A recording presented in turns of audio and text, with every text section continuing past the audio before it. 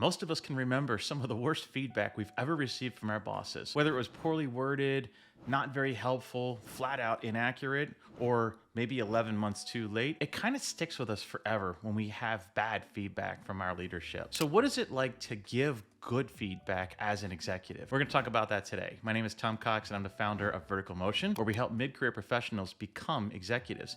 If that's interesting to you and you want to check this video out over here, this video walks you through step by step the process to actually going from mid-career professional with about 10 years of experience and some management experience up to the VP level or even higher. So watch that video if you want to learn how to take the next step in your career upwards. Today, we're going to talk about how to give really good feedback as an executive. So first of all, a little bit of story time. You go back about 17 years in my career, I worked with someone who was a really good friend of mine and was kind of a good boss, but had some deficiencies. And one of the areas that he was very deficient in was giving feedback. The only time that he ever gave me any kind of useful feedback was when my annual performance review came up. And in that type of environment, he would basically back into a 3% check on the, or 3% raise in my salary just by changing the numbers, you know, like, okay, well, out of a 1 to 5, he was a 3, he was a 3.5, he was a 2.5, he was a 4, whatever it took to just get to the 3% raise that I got every year when I worked for this boss. And he only gave me any useful feedback about once a year as part of the annual performance review. During the rest of the year, I had to ask, am I doing the right things? Am I doing the wrong things? And the answer was all like, yeah, you're great, you're fine, everything's cool. And then on the annual performance review, I was like, well, I wish, back, 11 months ago, you hadn't done this thing. And it's like, couldn't you have told me then? He's like, well, we only have the annual performance review once a year. So this is the only time I get to give you feedback. And it's like, you could tell me feedback anytime you want, But that was very frustrating for me. Another story is I had a boss once who was probably the worst I've ever had.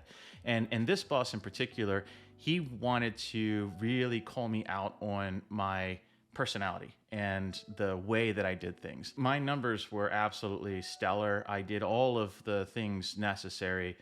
Any metric that you looked at, I was at the top. My team loved working with me. My customers loved working with me. The rest of the organization loved working with me. But I think he was a little bit nervous that I was potentially going to take over his position. For those reasons, he just didn't like me. And the feedback that I got was all about my thinking and my personality and had nothing to do with actual things that I did. It was very useless for me. So what does good feedback actually look like? When you're an executive, you need to be giving feedback to your managers so that they understand not only how to improve themselves, but for them to improve their teams. And so the feedback that you give at the executive level is far more impactful than you give at the manager level. When a manager is giving feedback, that feedback is for one person to do their job better. But when an executive is giving feedback to a manager or to a director, that feedback is going to change the way that they flow down their decision making and flow down the way that they run the processes. There's much more impact when you are giving feedback at the executive level. So we're going to talk about ways that you can give good feedback at the executive level. And so the first tip is to be specific. Focus on the things that you actually observed this person doing. If somebody was showing up late, then have the conversation, hey, I've noticed that on Tuesday, you showed up at 8:22 instead of 8 o'clock. Is everything okay? And so that's a way to make sure that you're kind of tying back any feedback that you're giving to someone to something very specific that they did. The second thing that makes feedback good is timeliness. When somebody is doing something wrong, make sure that you address them directly as quickly as possible so that the details of everything is fresh in their mind and fresh in your mind as well. And they don't feel like you're holding a scorecard against them where you're keeping track of all of the things that they do wrong and then give them the scorecard at the end of the year. That's really frustrating as an individual contributor or someone who's receiving the feedback. Thirdly, you want to balance your feedback, right? You want to be giving constructive feedback, but you don't want to be only giving constructive feedback. You also want to be giving positive feedback. You don't want someone to come up to you and you just know that they're going to tell you something awful about who you are or what you did, right? If that's the only reason you have communication with one of your directs is to tell them what they're doing wrong, they're going to dread conversation with you and they're not going to want to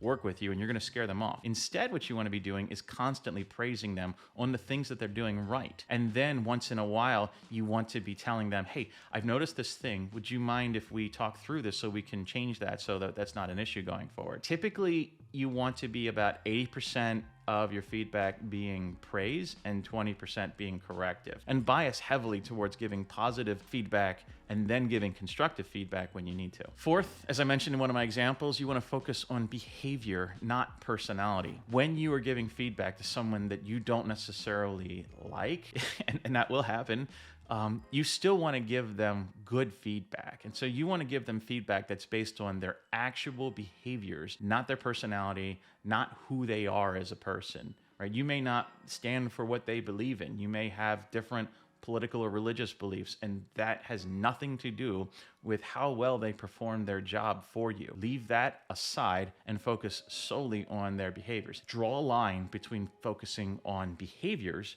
which is what you want to give feedback on, and personality or beliefs. You do not want to be giving feedback on that. You can get yourself into a lot of trouble by doing that. Okay, number 5 is that you want to connect your feedback to specific goals and specific expectations that you have for this team member.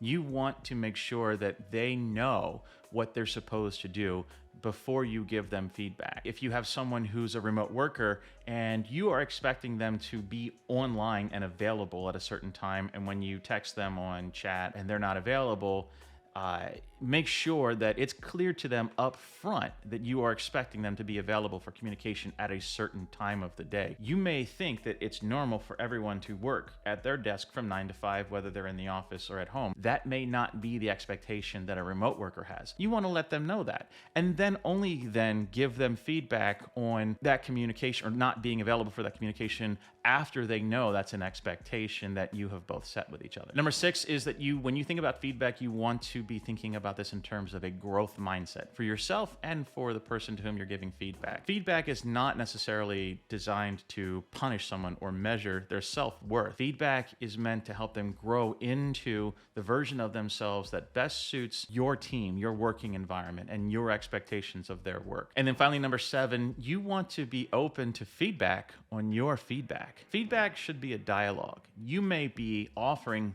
constructive feedback to someone, and they may be saying, okay, I hear what you're saying. Can I give you feedback on that? And they may tell you, well, I didn't know you needed this, or this was never explained to me, or that doesn't make any sense and I think that's stupid. You need to give them the space and the latitude to explain why they have chosen to do those things, and also ask for changes in how you expect things from them so that it works better for the both of you.